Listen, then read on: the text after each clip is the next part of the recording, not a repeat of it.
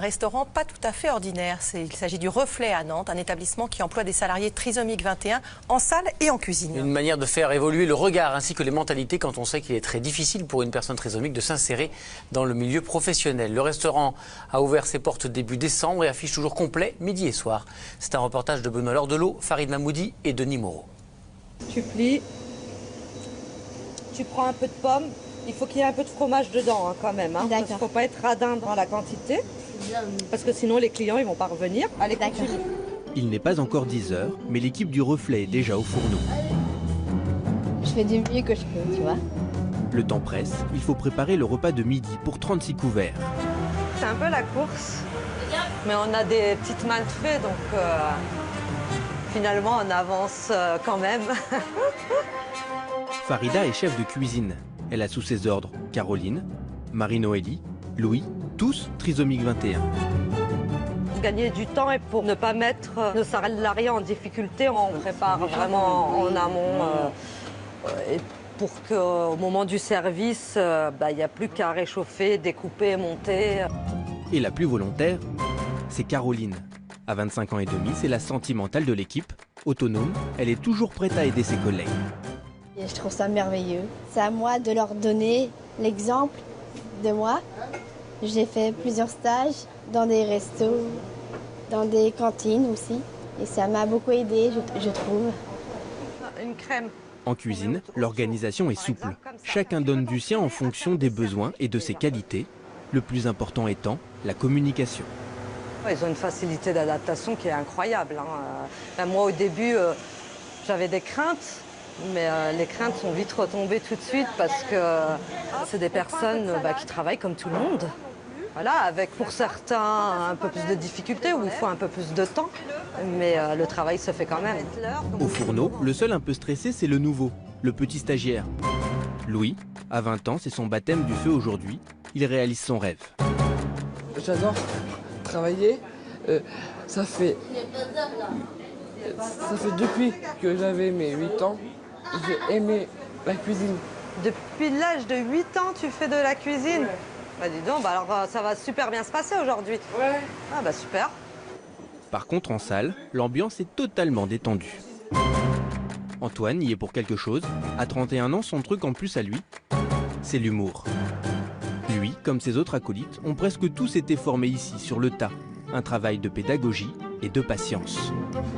Ça demande beaucoup d'attention, beaucoup de patience, beaucoup d'énergie, parce qu'en effet, il y a ce qu'on veut leur apporter, ce qu'ils nous apportent, il y a toute la formation qu'on leur transmet, il y a toute la vigilance que ça amène, puisque tout ce qu'ils font, il faut le valider, il faut surveiller, savoir s'ils l'ont bien fait. Alors ce qui est bien, c'est qu'avec le temps, plus on avance, plus ils progressent et moins on a besoin d'être derrière eux. Dans ce restaurant, 7 des salariés sont trisomiques 21, un lieu unique en France. Et à l'origine du projet, une architecte de 26 ans. L'idée, c'était à la fois de pouvoir créer de l'emploi pour des personnes trisomiques en milieu ordinaire et également de créer une rencontre entre ces personnes et le reste de la société, parce que finalement, on les voit pas très souvent et elles ont beaucoup à nous apporter. Donc quoi de mieux qu'un restaurant, un lieu convivial, un lieu de partage pour pouvoir les intégrer.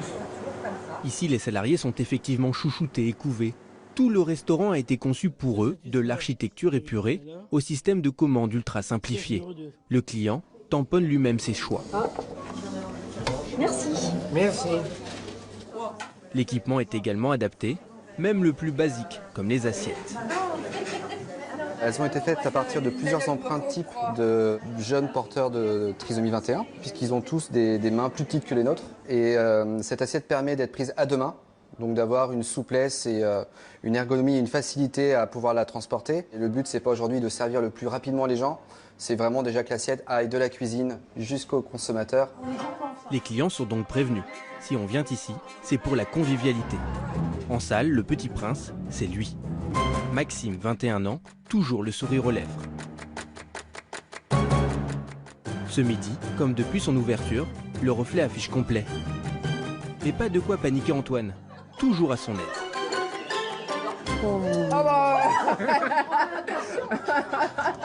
C'est pas la Saint-Valentin, Notre serveur est très affectif, il nous demande si ça va, il vient nous faire des câlins. Donc je trouve ça génial. Les personnes porteuses de trisomie, elles n'ont pas de barrière. Il n'y a pas de calcul, il n'y a pas de préjugés. Ils ne sont pas pollués par toutes ces choses qui nous freinent, en fait, qui peuvent nous freiner dans nos relations aux autres. Donc ils sont vrais, en fait. Sans filtre et plein de tendresse, à l'image de Marie-Noélie, 25 ans, la câline de l'équipe. En France, il est très compliqué pour un trisomique 21 de s'insérer dans un milieu professionnel ordinaire.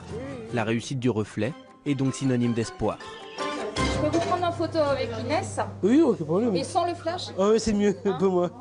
Inès fête aujourd'hui ses 7 ans et ce n'est pas un hasard si ses parents l'emmènent ici pour son anniversaire. C'est important effectivement de montrer à Inès en fait le naturel qu'il peut y avoir dans son avenir, c'est-à-dire qu'elle est capable aussi de faire des choses, de voir des gens qui travaillent, de faire un métier, de vivre on va dire de manière ordinaire. Oui chérie, t'es mignonne. 3 mois après son ouverture, le reflet est donc un succès. Et si cela se confirme sur le long terme, d'autres établissements de ce type pourraient ainsi voir le jour. Bravo à toute l'équipe.